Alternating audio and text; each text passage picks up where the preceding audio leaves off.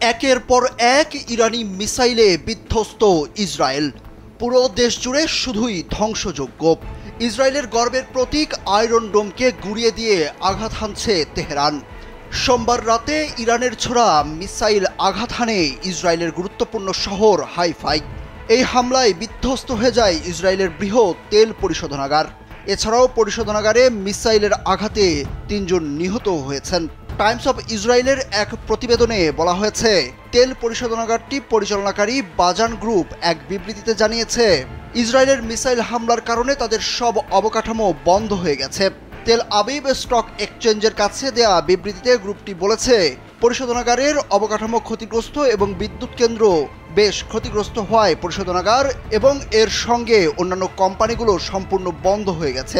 Come on bro, এসব অনেক কিছু আসবে আর যাবে, এক্সপার্ট কিন্তু থেকেই যাবে।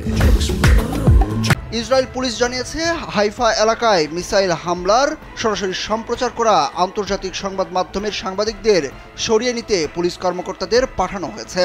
হাইফায় তেল শোধনাগার, একটি প্রধান বন্দর এবং একটি নৌঘাঁটি সহ বেশ কয়েকটি সংবেদনশীল স্থাপনা রয়েছে। ফলে শহরটি রক্ষায় আইডিএফ মরিয়া। তবুও ইরানি মিসাইল আয়রন ডোমের মতো প্রতিরক্ষা ব্যবস্থা ফাঁকি দিয়ে আঘাত হেনেছে এই হাইফাতে।